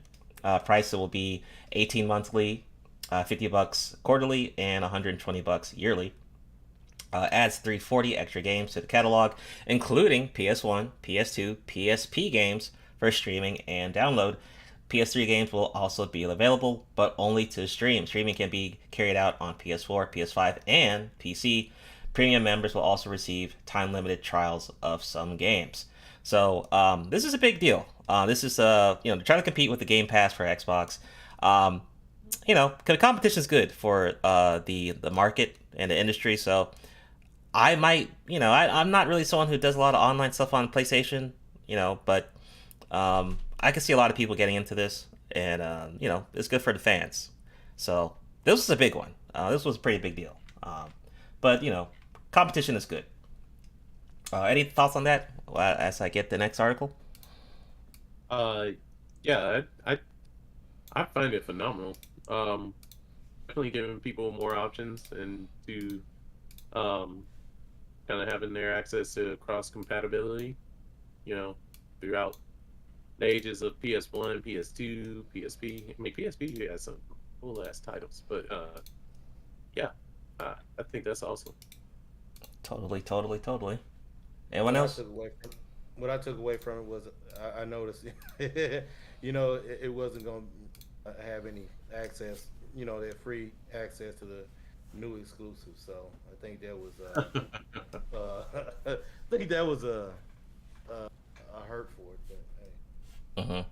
Yeah, I feel you on that one. All right, but next. $100 just for and you get all that. That's not that bad for just one payment. I mean, each year? So yeah. Yeah, it's not bad. All right, next up, the Crow reboot adds Bill Skarsgård as Eric Draven. The long reboot of The Crow taps Robert Sanders to direct and adds Bill, who was in It and Deadpool 2, in the lead role of Eric Draven. So according to the Hollywood Reporter, Bill will star as a main protagonist, Eric Draven, in the upcoming reboot of The Crow, which is set to be directed by Sanders, who made Ghost in the Shell. Oh boy, oh god. Snow White and Huntsman. Oh boy, that doesn't sound good. From the script, and by Zach, who made King Richard. Okay, I guess I don't know, Will Smith there. And this is Malcolm and Edward are producing the film. So I am actually kind of hyped for this. I did watch the original Crows movie series. Now I will say it's not something. It's the mass appeal is not like a certain audience will like it, a certain audience won't like The Crow. But I do feel like this is a series worth rebooting. I'm usually against reboots, but this type of series, I think it's worth it. Now, this depends if they fuck it up or not. But I'm actually kind of excited for it. Crow was the ones I watched were pretty dope. So this could be really good if they don't, fuck it up. That's my thoughts. Anyone on this one before I move on? Yeah, my take on it is that okay, the very first one was just amazing. First one was like the best one. Right now, just go grab my guitar and do some riffs, but I'm not gonna do that. Anyway, if you look at all the other Crow movies that came out, some were like good and some were kind of just like, like okay, but for a reboot, it's kind of interesting, So, but no doubt about it, like the Crow movie was just awesome. It was just so dark. Every time I watched The Crow, it almost seemed like it was something out of like it wanted to be a horror movie, but then it also was like a comic. But it, that kind of, I got that vibe from it, but of course it was supernatural revenge.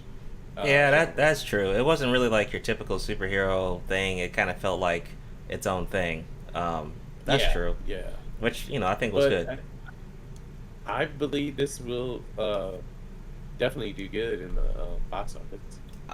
I'm just kind of worried because of the people that are making the script, who made Snow White and the Huntsman. Ghost in the Shell wasn't that good, man. Now Snow White was better than Ghost in the Shell. Yeah, I would definitely say Snow White was better. I didn't even look at it. Oh yeah, and also, I mean, of course, Bill's good too. I mean, he was good in It and all that, and you know, so he's a good actor. A really creepy person. So I mean, yeah. He's creepy as hell. Yeah. What was your thoughts, Isaac? It's 2022, and they're rebooting the Crow. It's a fake. I mean, you know. Somehow they're gonna make it evil it or could. some kind of We are teetering on that. Yes. It's true. It's true. The track record is pretty bad. It's gonna be terrible. That's true. Trunks, anything? Anything? I don't know if you know what the Crow is. Not really for this. No. Okay. Moving right along. All right. So next up, DNF Duel had a second beta this weekend, which sadly I wasn't able to play because I was too busy.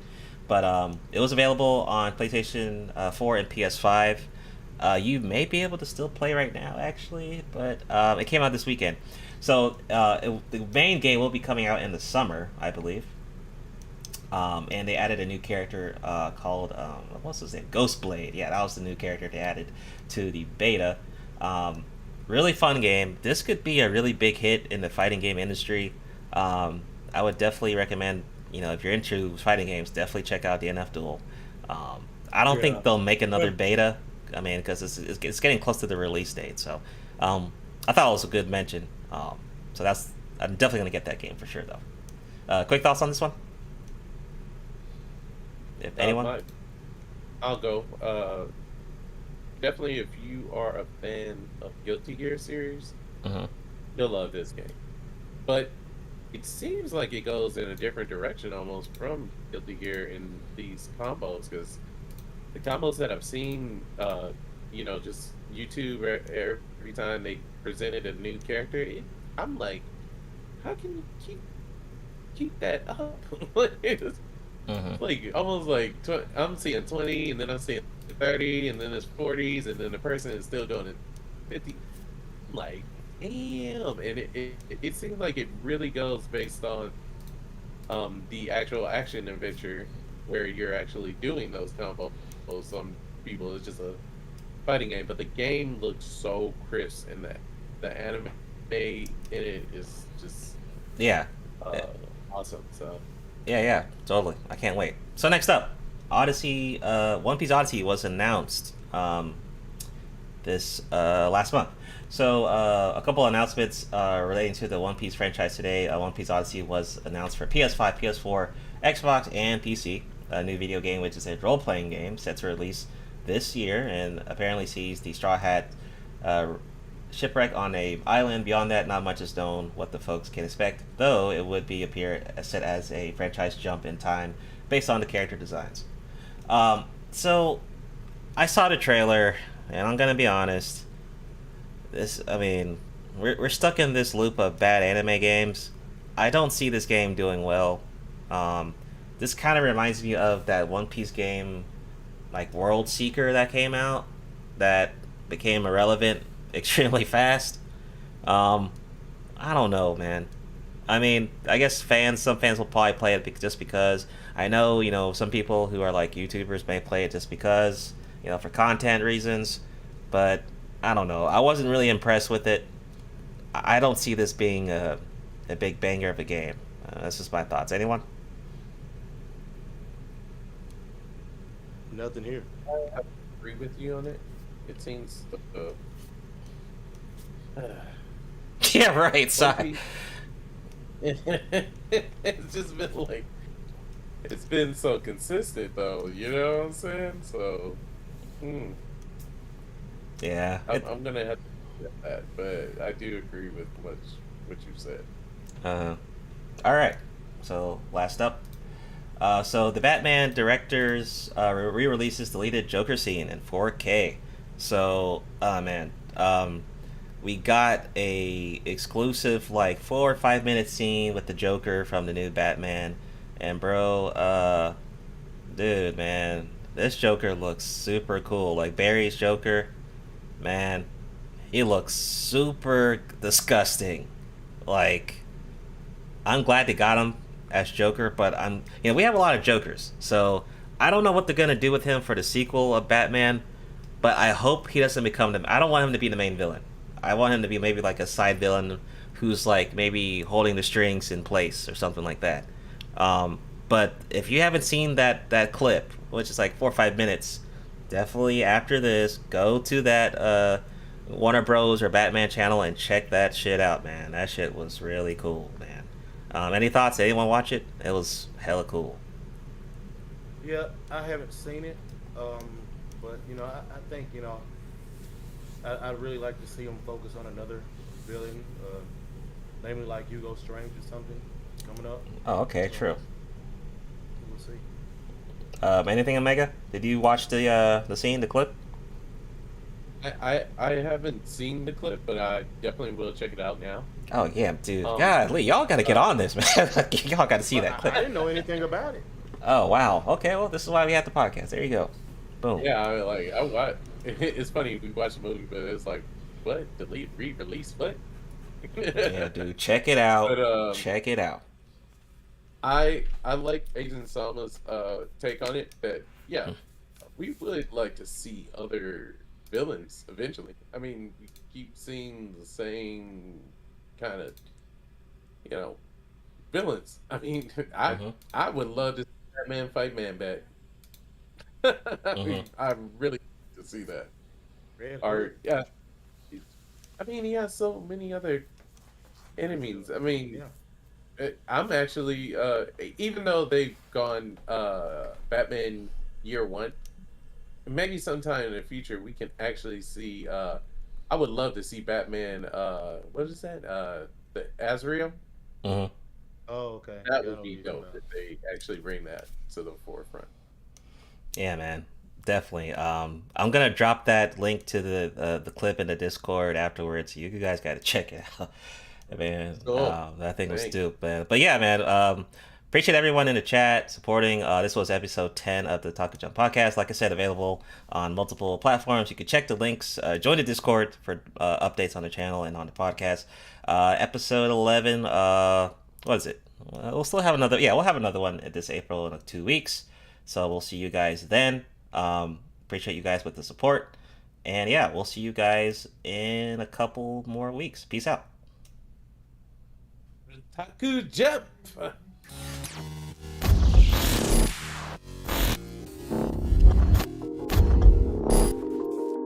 Ladies and gentlemen of the jury, we all lived through the 70s. The clothes, the music, the heartwarming but rarely amusing Ziggy cartoons. Now, later, who are we to look at these two fine young men and say, "You there, I sit in judgment of you"? Riddle me this. But there could be more to the case than meets the eye. Hadouken! What are you going to do, Space Ghost? I'm combining the stun ray with the force energy power. Your soul is mine. You seem to be well grounded in the case file, Detective. Tyrannosaurus! The SoulProvider. Or the stone pudding or something. I mix up some herbs and I come up with a dandy glass of this bicarbonate of fig leaf.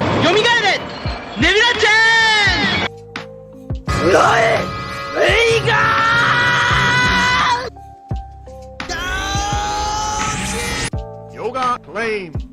But there could be more to the case than meets the eye. Target acquired. Here's the big one. Proton cannon. Always winterize your pipes.